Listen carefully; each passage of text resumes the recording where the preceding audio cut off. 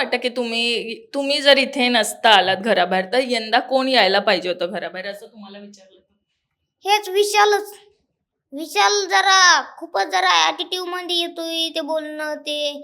मला ते जरा गोडपणा आणि कडूपणा आवडत नाही म्हणून मला असं वाटत होतं माझ्या जागेवर तोच यायला पाहिजे होता. विशाल टोळी चालवतो असं वाटतं आणि विशालच असं स्वतः गेम प्लॅन करतो, पण बाकीचा कोणाचाच विचार करत नाही असंही वाटतं? हो, मला तर असं वाटतंय दगडाचं काळीज आहे त्याचं. म्हणजे त्याला असं वाटतंय की आता आपल्याला जिथं आपला फायदा होईल त्याला जवळ घेऊन बसायचं. जोपर्यंत त्याचा फायदा होईन आपल्याला तोपर्यंत वरती वरती जायचं. आणि मग असं वाटायला लागलं की बाबा आता याचं संपत आहे, मग त्याला लगेच लाथ मारून जा तिकडं. आपला फायदा झाला बस तुला आता काय करायचं कर. हेच मला गेम दिसतोय. मला असं वाटतंय टोळीनं पण फक्त त्या विशालचंच ऐकून आता घराबाहेर पडलेले आहेत. मला असं वाटतंय त्याच्या दिमाखाने तो पुढे चाललाय आणि तो पुढे जातोय. मला वाटत होतं म्हणजे त्यांना एवढंच वाटत होतं की हा इतक्या आठवड्यात टिकतोय का, आपण इतके त्याला नॉमिनेट करतो इतकं हे करतो पण तो टिकतोय का, तो लवकरात लवकर बाहेर जायला पाहिजे. आणि ते तर मी होऊ देत नव्हतं. माझा गेम स्ट्रॉंग ठेवीत होतो मी, लोकांना हसवत होतो म्हणून लोक मला तिथं टिकवून ठेवायचे. असं बरं तर माझ्या कानावर आलतं म्हणून ते चिडत होते आणि ते मुद्दामून मला ते माझ्यासोबत टोमणे मारणं, मला चिडवणं हे हटकून करायचे ते. त्या घरात कोणी कोणी तुम्हाला टार्गेट केलं असं काय वाटतं? मला टार्गेट करणारे खूप जण होते. म्हणजे संध्याच्या डोळ्यात मी सोलायचो.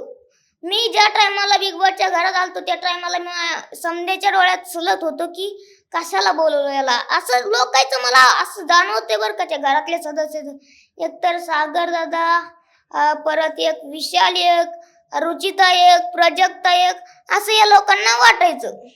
हो, पण आता सोनाली सोबत रील बनवायचा विचार केलाय? काय बोलणं झालंय का रील बनवणार आहे? कारण घरात तर ती बोललेली की बाहेर आल्यावर आम्ही दोघं एकत्र रील बनवणार. हो, तर ते रील बनवायची आम्हाला. आता फिनाले नंतर भेटू. नंतर मग आता फिनालेला समजेच येणार आहेत. नंबर बिंबर कॉन्टॅक्ट करू आणि बनवू एखादी चांगली रील. अगदीच, आणि आम्ही सगळेच वाट पाहणार आहोत. काय शिकवलं या घराने असं जर मी विचारलं तर काय शिकवलं? मला खूप काही काही गोष्टी शिकवल्या जे की मी घरी डेली रोज मटण खायचं पण ती सवयी माझी बंद झाली. आणि ज्या चुकीचे म्हणजे माझं जे बोलणं होतं एखादी बार मला राग आल्यावर मी उद्धटपणे म्हणजे बोलायचं उद्धटपणे, तर मला ती एक सवयी मोडी माझी बिग बॉसच्या घरात. आणि एक चांगल्या पद्धतीने बोलण्याची सवयी मला लागली. आणि आपलं मुद्दं आपला मत कसं वाटतंय कसं मांडायचं हे पण मी शिकलेलो आहे बिग बॉसच्या घरात. आणि मला इतकं नाव भेटलं, लोकांचा सपोर्ट भेटला, प्रेम भेटलं.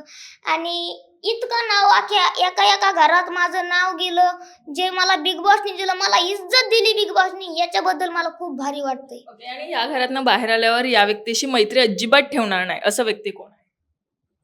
नाही, तसं कोणीच नाहीये. मी संदेशी मैत्री ठेवणार. कारण की मला नाही बाबा, आपण काय 3 महिने बिग बॉसच्या घरात राहतो आणि त्याच्यासाठी याला बोलायचं नाही त्याला बोलायचं नाही. मला तसं नाही वाटत. आपण एवढं ठरवायला पाहिजे. ते बिग बॉसचा शो होता, तिथं होतंय जे काय होतंय ते होतंय, पण ते तिथंच मिटवायला पाहिजे. बाहेर आल्यावर एक वेगळी दुनिया असते. टॉप 3 कोण आहेत असं काय वाटतं तुमच्यामध्ये? मला टॉप 3 तर गेम प्ले अनुसार मला एक तन्वी वाटते, एक अनुश्री वाटते आणि तिसरं जे आहे ते राकेश दादा वाटतोय.